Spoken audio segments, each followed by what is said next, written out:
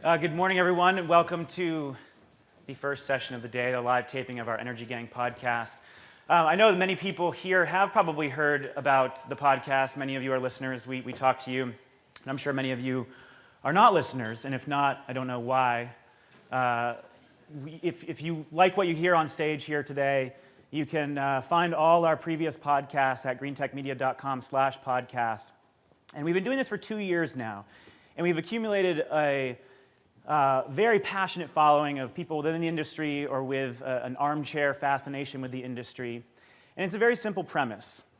We pick 3 topics in the news each week in energy, environment, or clean tech, and we pontificate, we debate, we discuss, and we hear from a lot of listeners who vehemently disagree or passionately agree with our analysis.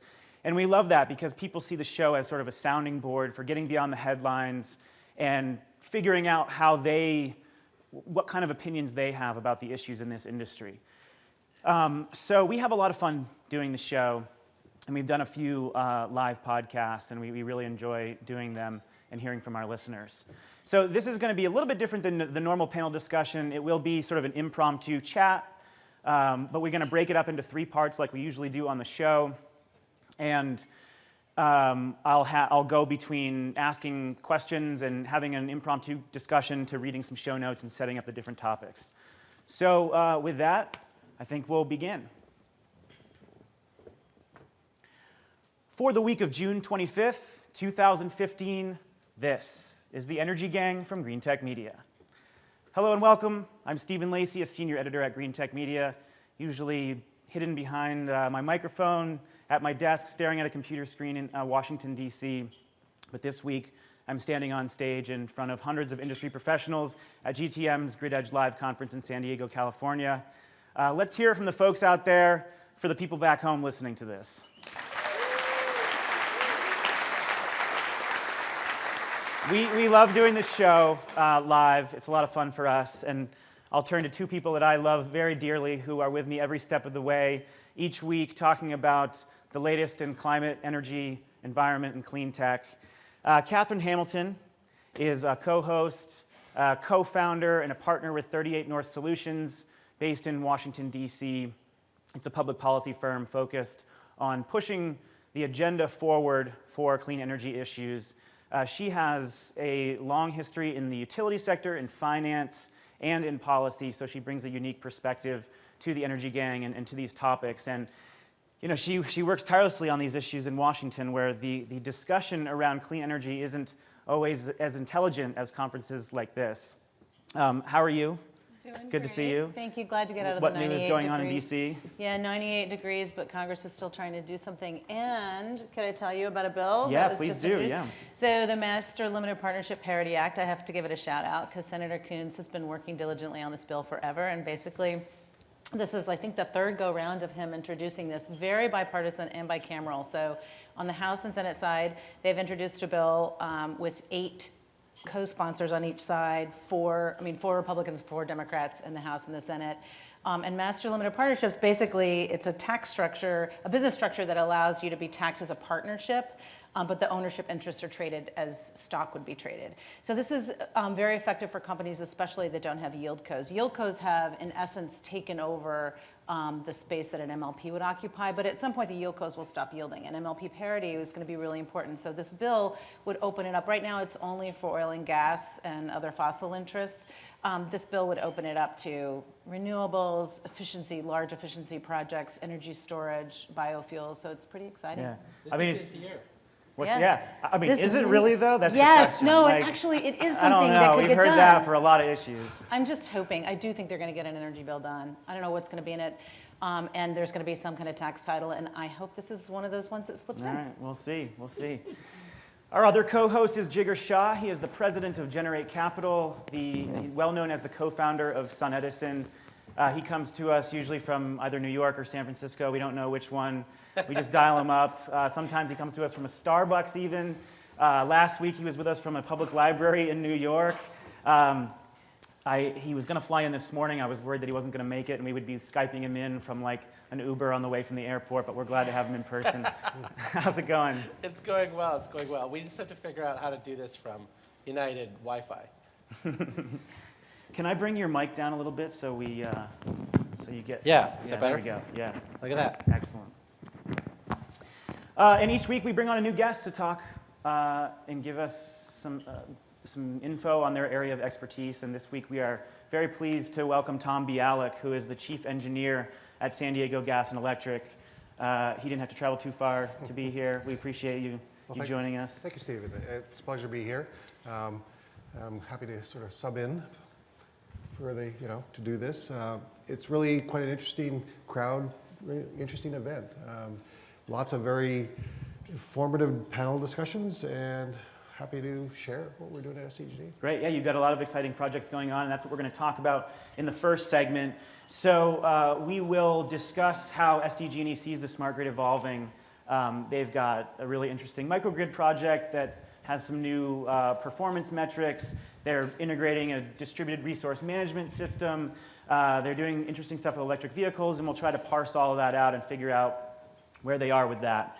Then we're going to look at how the utility-customer relationship is changing. And a new survey from Accenture shows that digitally connected consumers, those that are talking with their utility, receiving messages from their utility through digital channels, are far more likely to trust their utility to make energy decisions or help them make energy decisions. So we'll unpack that a little bit and figure out where the utilities can capture that value. And in our third segment, we're going to talk about how to balance renewables, storage, and fossil fuels within California's local capacity requirement, and maybe talk about some of the other interesting things going on underway in a regulatory sense in this state. There's just so much to keep track of, and I do my best over on the East Coast to keep track of what's going on here in California. So a lot to unpack there as well. And Tom, I figure we start off with a more personal question. You've been in the utility sector since, I think, 1982, since the early 80s. So I've worked back and forth between utilities and manufacturers. Okay. So SDG is the sixth place I worked at, and traveled, moved a few times. And so yeah, I've sort of seen both sides of this spectrum from a manufacturer perspective, where it's very different, very focused on delivering a product, to sort of the utility space where, you talked a little bit about all the regulations and all the policies. Very heavily, your work is very heavily influenced by those policies and by the regulations and the bills that pass in Sacramento in our case, or in DC. And how do we now sit there and, from a sort of engineering perspective, create a system that actually will work and function? Yeah, well, how are things, what kind of decisions are you making today that you wouldn't have been making in the 80s? I mean, for those who are not steeped in utility culture, like how dramatically different is your job than what it would have been in a couple decades ago? So if I was to look at what we're doing today, if you look at the historical planning process, it was based upon the 1 hour of the year that was the highest load, and that drove every single capital project. You look at all the sort of the reliability metrics. The requirement was reliable service at reasonable cost. Now you look at where we are, where we're integrating significant amount of renewables. We've got the policy goals with regards to RPS, where we're already at 33% by energy, and what our customers are doing. It's a very, very different world. So the customers are really changing how we view the world and how we're actually responding to providing services to them. And so it's no longer a very simple, straightforward, I do this, I do that, on a certain timeline. You're seeing very significant changes in the actual planning and operations of the utility, and the leveraging of basically the IT and communication systems that have become prevalent as part of the telecommunication industry, which are now really bleeding into the utility world. Yeah. So a very, very different environment. Okay, so a lot of projects that I want to talk about. The first is your distributed energy resource management system that you are currently integrating to enable two-way power flows, to manage high penetrations of PV and storage and potentially electric vehicles. How does that differ? Where are you in implementing that? And how does that differ from a traditional distribution management system? So the traditional distribution management system is really a system where we're controlling the switches and capacitors primarily, and load tap changers via SCADA. And for us, that's a private licensed communication network. It's a sort of a longer time frame sort of solution, so actions aren't occurring very quickly, 20 seconds, 30 seconds a minute. DERMS is really about looking at what's out there, what are our customers putting out there, what systems are we putting out there, whether it be storage, whether it be PV, whether it be smart inverters, whether it be dynamic VAR devices, et cetera, whatever customers are putting out there, and how can we look at controlling those and optimizing those, and how they would interact with the grid while we try to provide reliable service to our customers. So a very different tool. We view it as a peer to the DMS. The DMS is the tool. This is layered on top of the DMS? No, it's a peer. Okay. So it's a peer-to-peer relationship with the DMS, but it is a distributed federated hierarchical structure. So I think for those of you that were here yesterday, you heard a lot about how the communication pieces, the latency pieces. So if you want real-time control, and when we talk about real-time control, we're talking, let's say, protection level control or cycle level control, you can't do that from a centralized location. So you have an autonomous layer that takes care of those things, and you build on top of that autonomous layer with some sort of overarching control architecture. And then you just sort of keep building that architecture up. And so at the high level, the DERMS device will be sitting there and actually looking at what's going on outside the grid, ultimately being able to say, you know, I see an opportunity over here where we could actually discharge some energy storage as an example. And by discharging the energy storage, we actually get to a point where it would be lower losses or whatever we wanted to optimize around. Can I do that? And then it will ask for permission from the distribution operations folks. And then if the distribution operations folks say yes, it may then request that the actual distribution management system effectuate some change in status. And so a lot of very sort of interesting things. We're sort of down the implementation of several of the first phases, and we're getting to the integration phases because, as you might imagine, the last thing our operators really want to see is another computer screen and another device sitting out there that they have to go look at. And so the integration of that system into our existing DMS, providing them a single layer of visibility, becomes really important. So Tom, you and I first knew each other when I was running the Gridwise Alliance, and at that time we were thinking a lot about architecture and about standards, and so it's changed a lot over time. How have the standards and architecture caught up with what you need to do and with the technologies that you're putting out there now? Well, I think we've come to some realization what that architecture would look like. Where are the standards? Standards around some of these controllers are being developed as we speak. You know, our position on standards has been we'll apply them when they're available, applicable, and cost-effective for our customers. And in many cases, they're not at this point in time.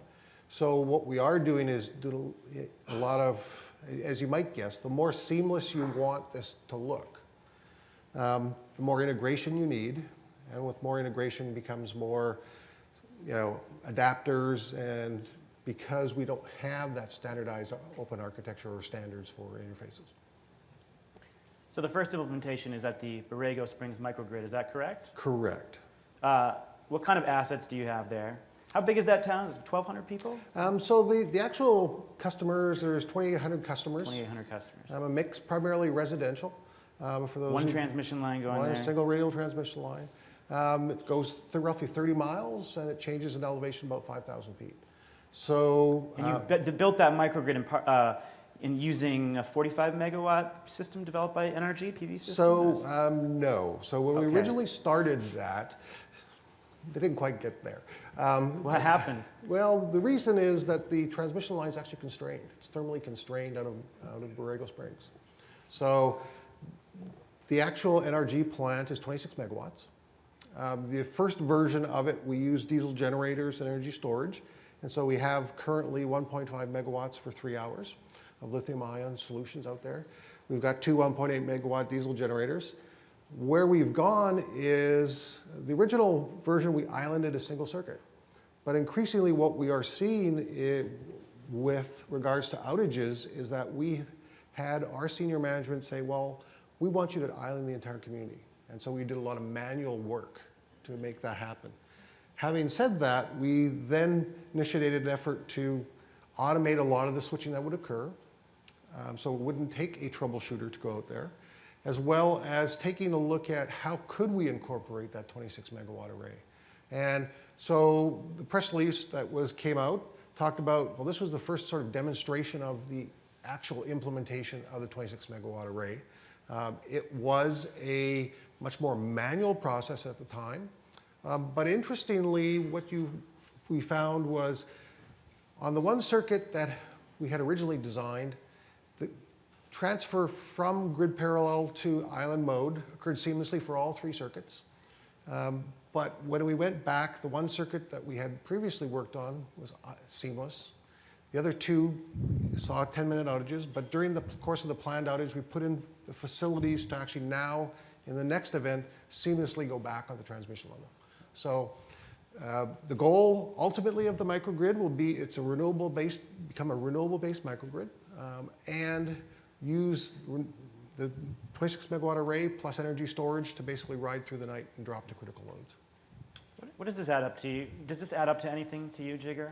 Like, is this, I mean, this is pretty unique for a lot of utilities. I mean, look, I'm an engineer, and from an engineering point of view, it's fascinating, but I don't hear any money. I mean, I look at this and I think, you're going to help 2,800 customers in the middle of nowhere basically get some stuff. That's pretty cool. Is anyone going to get a $1 billion contract out of this? Probably not. And so as a venture capitalist, you sort of sit around and go like, there's all these companies who've basically been part of the GridWise Alliance and now are like part of this conference. And they've been waiting, right? 6, 7, 8 years for their big break. And I'm trying to figure out when it's going to come, right? Is it going to continue to be $50,000 contracts for this and $200,000 contracts for that? Or are they ever going to get their, like, fulfill their promise, right? Fulfill their higher ideals? Well, what I would say to that is that we've seen areas where, particularly in developing countries, where it makes a lot of sense. And financially, if you look at what's going on, for us to construct a transmission line, significant dollars, significant capital investment. And that's true of any other place in the world. Therefore, you see a lot of developing countries where, just like the telecom industry, they're bypassing the wires. They're putting in solar, they're putting in a battery to provide electricity to help them develop. And in those areas, and I know some companies that are working in those areas where they actually believe that they'll have a viable business model. But you had, I mean, and I'm not saying this in a negative way, I just think this is something that was real and in front of you in sort of 2009, 2010, right? You guys had the choice of building, the Sunrise Powerlink, which was, several $1 billion, and rate basing it over 40 years, or actually integrating all of these technologies and, figuring out how to do without that power line and meeting all the needs through distributed generation and microgrids and all sorts of advanced technologies within your territory. And, you guys chose to build the power line. And so I'm just trying to figure out, I'm just trying to figure out whether any of these companies have a shot, right? Like, I mean, should they all be working in Mexico and India and not come here and not try? Or, do they actually have a shot at, winning the next $500 million contract instead of building the $2 billion transmission line? Sure. Well, I would say that what we're seeing is that at some point, given the reduction in costs of technology and the advancements in communications and IT, there will be a point where it will be more cost effective to build these other solutions, non-traditional solutions, than it will be to build a power line. And that point will come someday. Yeah, I talked to some folks at S&C Electric that I know you've worked with before, and they were talking about islanding for 25 hours with just PV and a battery, and really the whole microgrid concept getting you to much better utility reliability metrics, better asset utilization. And then, so to Jigar's point, how do you then turn that into, compensation for you and for others that are working on those technologies? Well, I mean, compensation always becomes an issue.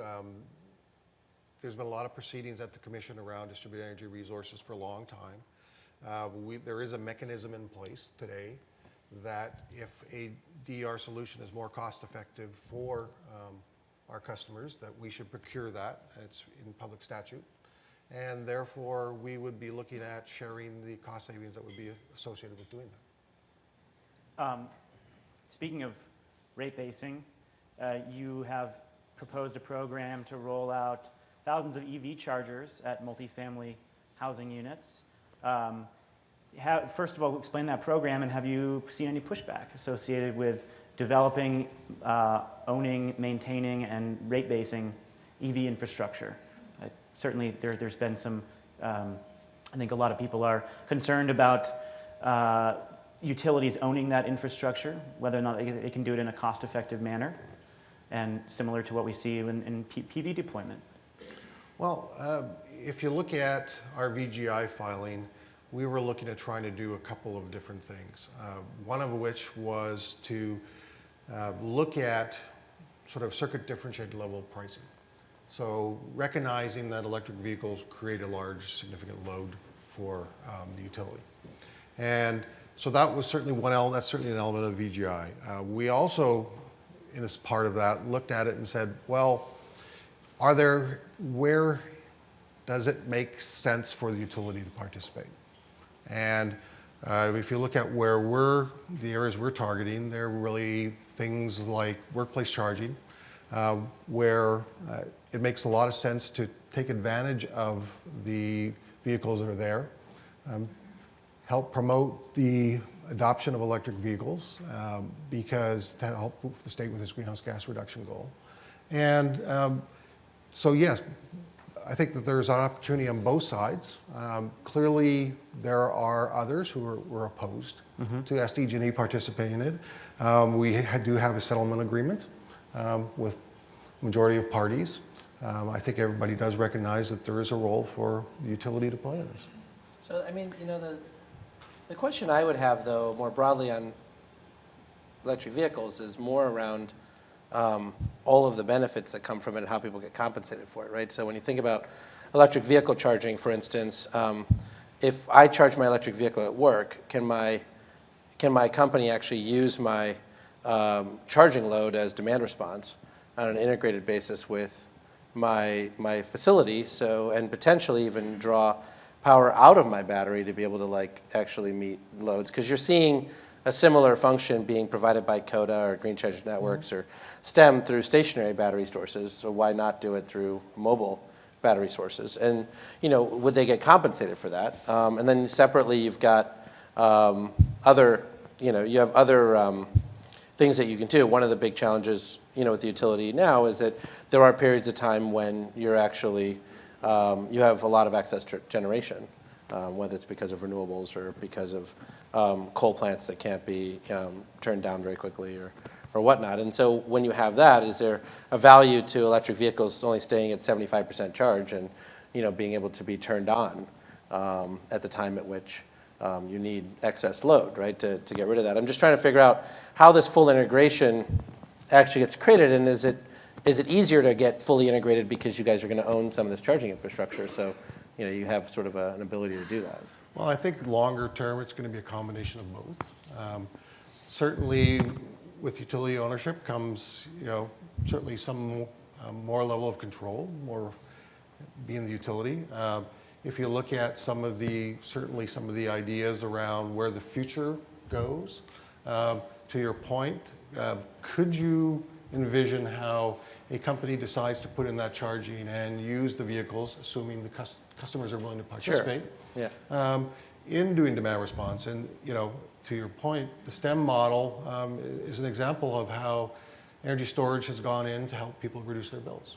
And so can you envision where somebody might want to do something like that? The answer is sure you can. Does it exist today? No, but that doesn't mean that it won't exist some point down the road. Well, the reason I ask the question that way is, though, because I really do think that there is an underlying tension here around companies who are getting venture capital. It is not within the remit of venture capitalists to give someone money to potentially make money in 20 years, right? And so these companies are being asked, STEM's a great example. I think they've announced 3 big utilities who've invested in them recently. And I'm just trying to figure out how everyone plays nice, right? Because if these guys have to hit revenue targets every year to be able to make their investors happy, then they're by definition going to be disruptive unless there's a pathway by which they can deploy this in concert with the utility and make money. Otherwise, they're going to say, I'm going to go around the utility and I'm going to do whatever I can to do things, to like make money this quarter. And their sales guys have bonus plans, and engineers are doing this and that. And I'm trying to figure out how we actually remove some of the tension of that relationship, and maybe it's not possible.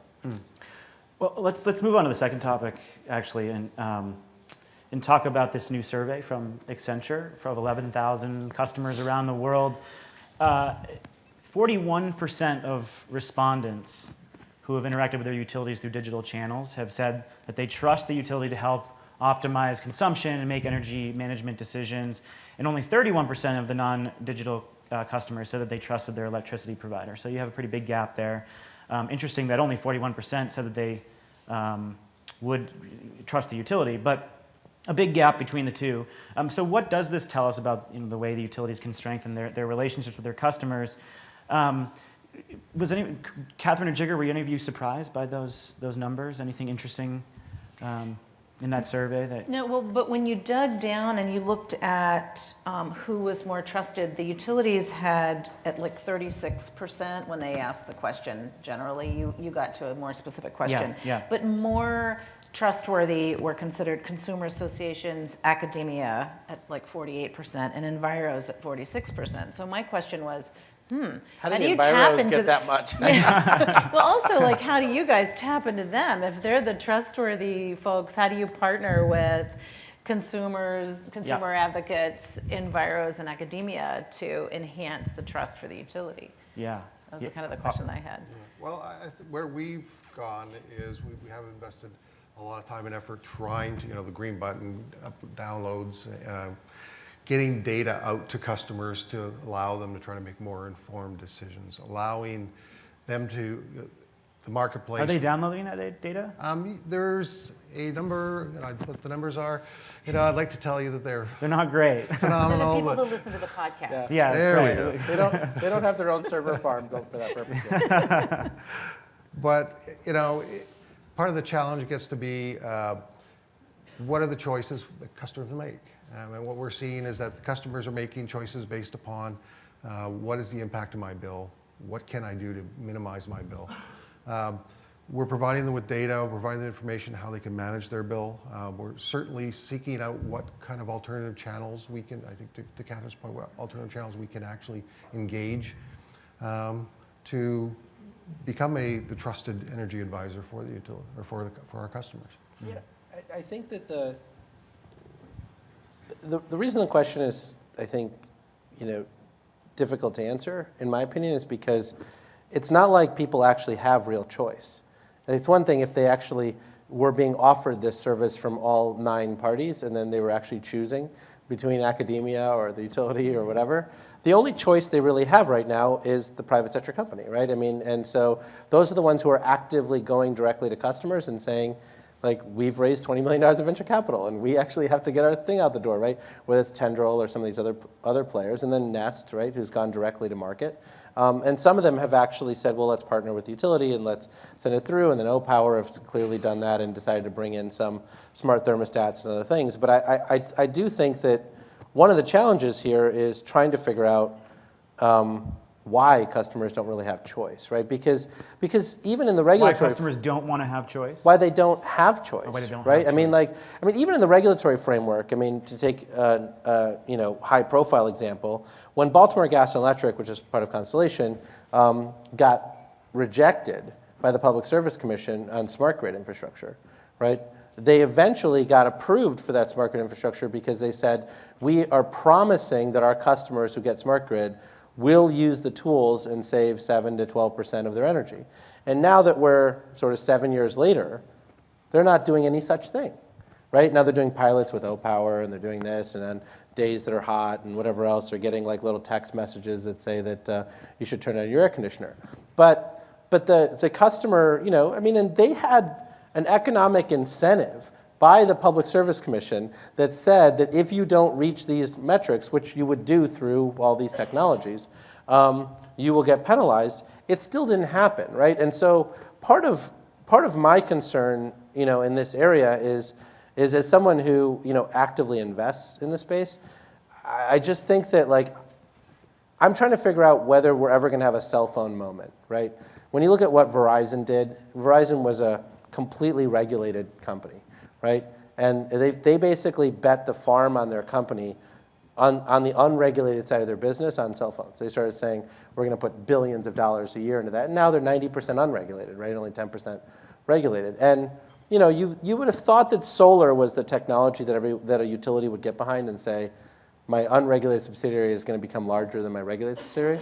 But it hasn't worked out that way. So now is it grid edge? Is it information for the customer? Is it electric vehicles? Like, what is it that's going to cause risk-averse entity to say, we are going to bet the farm on the unregulated side of our business? I just don't know yet.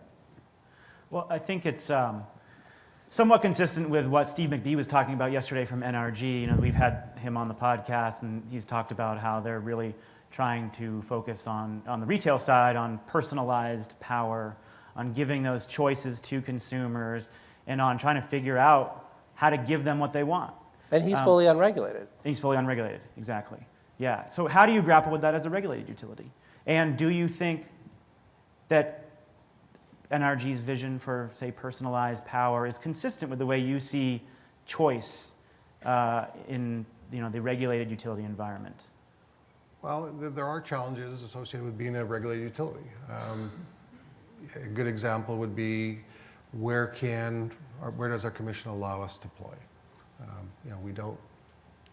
They don't really like us playing behind the meter. That's pretty typical.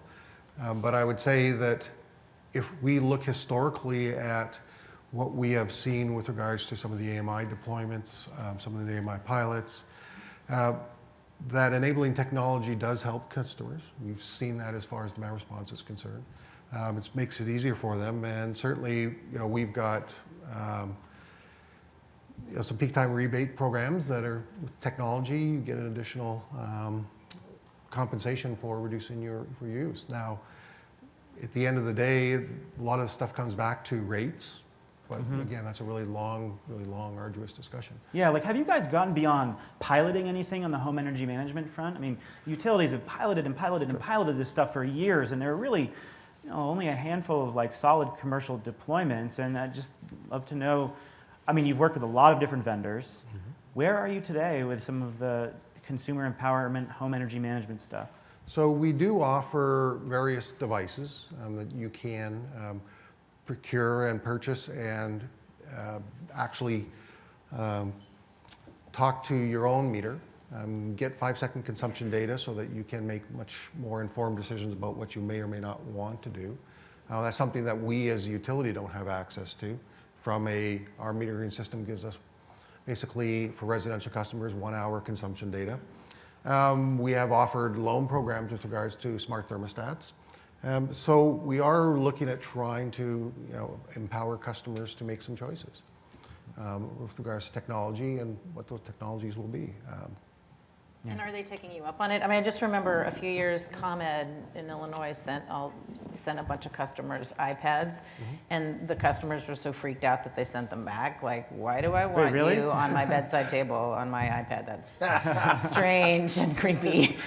But I think it's come some ways since then, and I'm just curious, what kinds of customers are taking you up on some of these, if they are?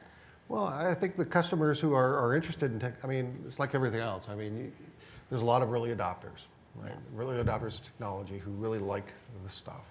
And the question is, would a role for utility be a wide-scale rollout of enabling technology? Possibly. Is that something we're doing now? I really don't know. It's not my sort of area of expertise. But you can envision where, as part of what the utility does, providing reliable service to customers, giving them information is part of that. And however we do that becomes really important. I think the broader context of this, I think, matters, right? I mean, I think the reason we care about the question around digital devices and some of these other pieces is what, New York is doing in REV, right? It's basically that we now foresee, according to McKinsey, 5% rate increases for as far as the eye can see, right? Everything we have is old. And if we replace the old stuff with the same equivalent new stuff, right? New transmission lines or distribution lines or substations or new gas plants or whatever it is, it's a 5% rate increase for as far as the eye can see, which is a lot. 5% compounded gets you to like 30, 40 cents per kilowatt hour for power, right? And so to avoid that, we have to integrate smart devices, smart data. We've got to figure out how to actually physically bend the load curve, right? So when people talk about the duck curve and all those things, it's actually fairly straightforward to figure out how to solve that problem. I mean, that's why Southern California Edison put out the RFPs and gave contracts to Evaporacool and Ice Energy and some of these other people, not necessarily just battery storage companies. Had a huge contract. But switching air conditioning loads away from sort of the peak times to becoming more of a flexible load where you can actually create ice or chilled water or whatever it is whenever you want, right? And so then you can actually manufacture load during the trough of the duck curve, right? And so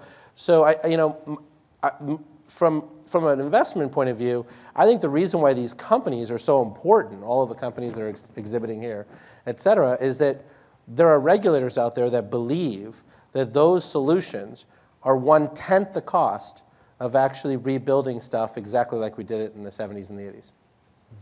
Right? And so that's why this customer adoption thing matters so much. Because if we don't actually see that, then the alternative is we're going to have to overpay for infrastructure. And then if 10 years from now, the customers suddenly turn on and say, okay, we really want this stuff, well, damn, we already paid for this infrastructure. So now we're double paying for this deployment and for the infrastructure we already built, right? Which just drives regulators up the wall.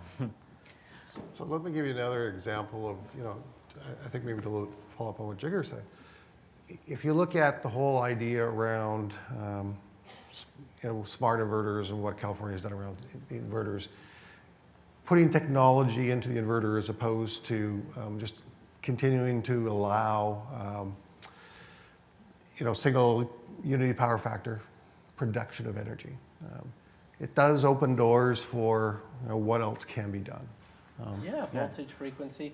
Why don't you just rate base inverters? That's what I always never understood. It's like let the solar cities and everybody else in the world actually put in solar panels, but you guys actually just rate base the inverters, and then you can actually put specs on them and say, we want this ability, and with Enphase, for instance, which is what they're doing in Hawaii, they can actually use a Wi-Fi signal and update the software and give you all the extra functionality on an every 6-month basis. So you don't actually have to send techs into the field and change stuff, but you now have this ability to do all the things at the circuit level that you want to do based on these ridiculously complex pieces of equipment called the inverter. But why would the solar cities of the world want to go along with that? Because it's a great marriage, right? The biggest challenge that we're having with net metering right now, right, is this concept around loss of revenue, right? If suddenly, like on a residential solar system, inverters are, let's say, 50 cents a watt, which is 1/6 of the cost of the system. If the utilities now have the ability to rate base 1/6 of the cost of the solar system, they can actually say that we're now getting paid on a regulated basis all this money for the next 20 years on that investment we made. And oh, by the way, all of the things that they're learning out of the Dermis project and the Borrego Springs project and all the other things, they now can actually use and implement into the software of the inverter. I mean, the full functionality of the inverter was proven in the 80s. So this is not like a new concept, right? We basically killed all that advanced functionality in the 80s through IEEE 1547. And then, because it was just easier to kill it all. And then sometime around 2007, we brought it back. And now we've got, IEEE, 1547-3, which is now allowing all of those advanced functionalities to come back. And that's what, the companies like what PSE&G did with putting solar on telephone poles and all that stuff, right? All of that frequency, voltage, all the other support services that an inverter can provide, is coming back now. Yeah. Well, I mean, so of course you have the Advanced Inverter Working Group here in California, and that's part of, I think, the bigger policy discussion I want to have about California. We only have like 8 minutes left, but I do want to start that conversation by going back to the SCE storage procurement that you talked about, and this is part of the local capacity requirement that utilities have. It was, they had a plan they had a requirement for 50 megawatts. They ended up procuring 250 megawatts based on cost. and performance and need on the grid.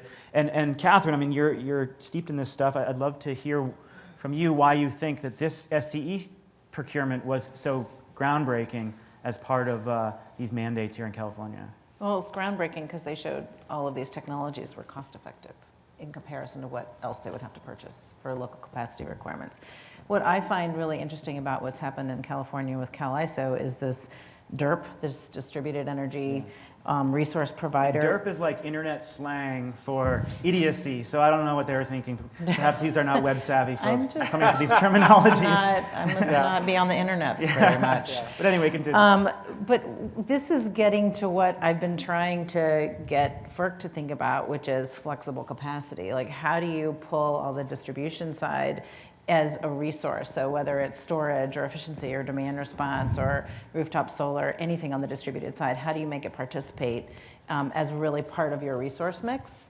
And this ruling or this docket is sort of getting to that, although of course the devil's in the details on how they're going to do it and who the aggregators are going to be, if it's going to be utilities, if it's going to be others. But that's what we need to get to, is realizing that your resources aren't just on the generation side, but they're on the distribution side. And you can't pair technologies yet, right? It's like one single technology set. Well, where we are is we've looked at pairing storage and electric vehicle charging and actually bidding that into the California ISO market. It's really a pilot. It sort of goes to this whole DERP idea. We're the aggregator. We're bidding it through our scheduling coordinator. And we are looking at what those look like and what the model looks like. It's something that the California ISO is working with us on. Because of I think the pressure to look at aggregation of resources. As everybody said, if you put we've got a number of megawatts worth of energy storage out there today. The question becomes, what else can we do with it? Can we do dual use type of applications? We have those questions, and then you look at it and say, well, there's regulatory barriers from doing so. The ISO wants you to, if you play in the ISO markets, you play in their markets. You don't really play in the distribution market as well as the ISO markets. Yeah, I mean, I think that, so it sounds to me, though, that what that enables, right, if you're basically going to sign a contract with someone like, let's say, like STEM or somebody, and then you then give them fixed payments for 5 years, but then you take that capacity, you aggregate it together, and you get reimbursed or make a profit off of then bidding that into the markets, right, and then recouping that cost yourself, right? And then you're providing a market signal in the marketplace that allows for the faster adoption of that technology, right? I mean, to me, that's that's a classic role the utility plays in general, which is that sometimes it's not as cost effective to do at the individual customer level on a one-off basis because of all the fixed charges to work within the California ISO. But if you can aggregate up thousands of customers and bid it all into one capacity, then you get a lot of economies of scale out of that. And the ISO's looking, they've got a demand response program that they're looking at doing some of this with. And, and we continue to investigate how we can aggregate devices, distribution devices, play in the markets. We're in the midst of, as you probably know, we're in the midst of the same sort of procurement. We had our version of the all-source RFO as well. And it's not complete at this point, but we'll see how that rolls out as well. And to Katherine's point, I think that where this is going to go, I don't think this is an intellectual argument, right? I mean, where this is going to go is if this works by 2017, 2018 in Southern California Edison, then all of these players in these requirements RFOs are going to end up bidding 80% less than everyone else.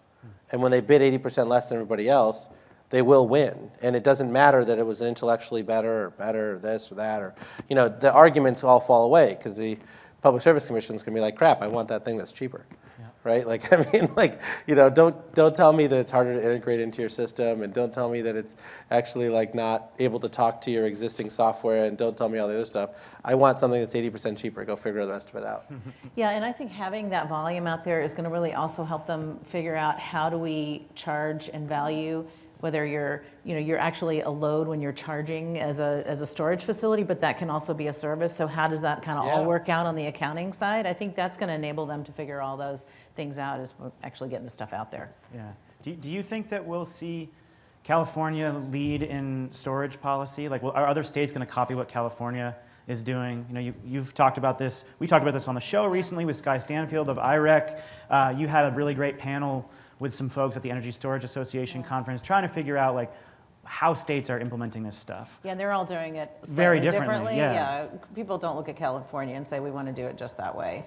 They do it all different ways. Some of them try to build it into their integrated resource planning processes. Some of them are doing mandates. Some of them are having certain percentage credits. They're doing it all different ways. Everybody's kind of trying to find their way through. But I think what California is going to be able to do is really test it out so that it's not just demo by demo, death by pilot, but that you're actually putting it out at scale. So you can really start to say, okay, this stuff works. It's really not that hard if you can build it into your planning and procurement processes. Yeah. California is such a big market, just like with automobile, emission standards or whatever else, that, when they actually release a policy, everyone's got to perk up and listen and pay attention. And, they have, through their storage policies, gotten billions of dollars invested in the United States around storage, which is fantastic, right? So the conferences are getting bigger and the pilots are getting more, are out there and all that stuff. As somebody who's, done a lot of work in the policy realm on solar, I would say that I don't think the policies around storage are intelligent in any way in California. And so I do think that they're going to learn from their mistakes, and over the next 12 months, they're going to have to change a lot of it. What is an intelligent storage policy to you? Well, it should be outcomes-based, right? And so right now, all the SGIP rebate funding is actually CapEx-based, which is exactly the mistake they made in 2003 with solar, right? So it was like 50% up to $4.50 a watt. Remember those days? Every system came in at $9 a watt, magically. And you're seeing the same thing with storage, right? So the same thing's true. It's like 70% or 60% up to X dollars, and guess what? Magically, everything's coming in at that price, so they can maximize the SGIP rebate. So they've got to change that policy, and they know how to change it because they've done it successfully in solar and other places, but they just haven't done it yet. And the same thing's true with the RFO. Like when you look at these RFOs, Tesla's coming in strong with a lot of the winning bids and all that stuff, which is great. But it really has to be outcomes-based. Like if, particularly with storage, like I don't want to pay every storage facility the same amount of money no matter where it is. Like I want to mandate the utilities, for instance, to tell me exactly which substations would benefit the most from these storage units. And I'd want to pay developers more money if they're actually at a substation that's going to offset, future transmission distribution upgrades, and not pay them that much if they're just in a place that doesn't need it, right? And so there is an intelligence layer that has to be layered on top of that so that we can make sure that all the outcomes that we want out of this storage is getting deployed or being reached. And I think the New York Rev is getting to that more. That's right. That's much more outcome-based. Indeed. I would say that the DRP that we have to file July 1st has a lot of those same kinds of concepts. So we have to wrap it up here, unfortunately. Very fun discussion, certainly enlightening for me. Got some new details on what SDG&E is doing. Tom, I just want to wrap up with one more question, which is, we have a lot of utilities here. We have people who are talking to the vendors and understand these issues, modeling this stuff. But when I talk to people in utilities, like many of them say this, it's still very siloed. And I'm just curious what this all adds up to, if the type of conversations that we're having filter their way up through utilities in a way that they would like us to believe, or is the work that you're doing still fairly siloed? Like help us understand that. Well, we spent a lot of time and effort trying to break down the silos. So if you were to look at our sort of smart grid deployment plan effort that we did spend time actually going through and saying, here, what do we think the future looks like? How would we get there? And in many respects, forcing various organizations for the first time to actually talk to one another, which is relatively, surprise, surprise, unique in the utility world. But you still get some of that. And the question, I think, longer term is, to your point, how to move this all forward, there does need to be a much more holistic view of where is the system going, how is it migrating, how can you incorporate these new technologies, how can you take advantage of these new technologies to better operate the system, which is becoming increasingly more complicated, more complex. And so absent that, what you're going to see is a continued siloed and in many respects foot dragging of certain utilities. Katherine Hamilton, Tom Bialek, Jigar Shah, thanks very much for tuning in. We are the Energy Gang. If you want to get more episodes, We record this show every week. We're talking about all the latest topics in energy, environment, clean tech. You can go to greentechmedia.com/podcast, and we have 2 years worth of shows. So a lot of back content there. Thanks, everyone. Binging pleasure. That's right.